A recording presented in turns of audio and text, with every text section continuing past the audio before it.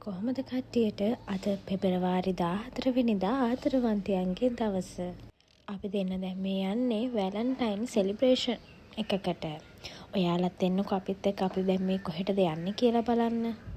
Bio beauty Lanka ආයතනය මගින් තරඟයක් තිබ්බා. වැඩිම ලයික්ස් ගන්න කපල් ටික තෝරලා 14 වෙනිදාට ආදරවන්තයන්ගේ දවසේ යාලත් එක්ක එකතු වෙන්න.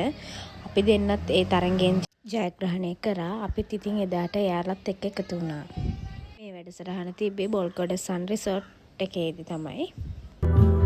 මේ සිතට පොන් සඳ පායලා වගේ සිනා කිකිනි මල් පිපුණා දෙතොල දිගේ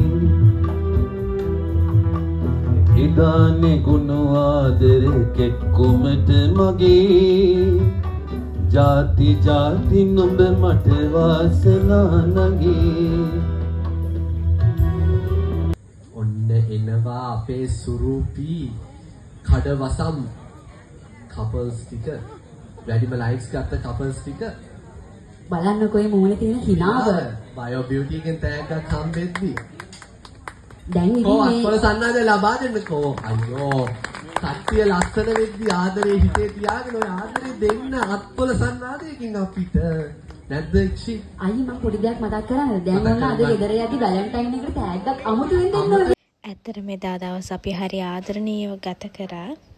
අපේ රටේ ආදරණීය රංගන ශිල්පියෝ වගේම රංගන ශිල්පිනියන් ආදරණීය ගායකයෝ වගේම ගායිකාවන් එදා දවසේදී අපිට හම්බුණා. ඇත්තටම ගොඩක් ස්තුතිවන්ත වෙනවා බයෝ බියුටි ලංකා ආයතනයට. මොකද අපිට මේ වගේ දවසක් ලබා දුන්නට.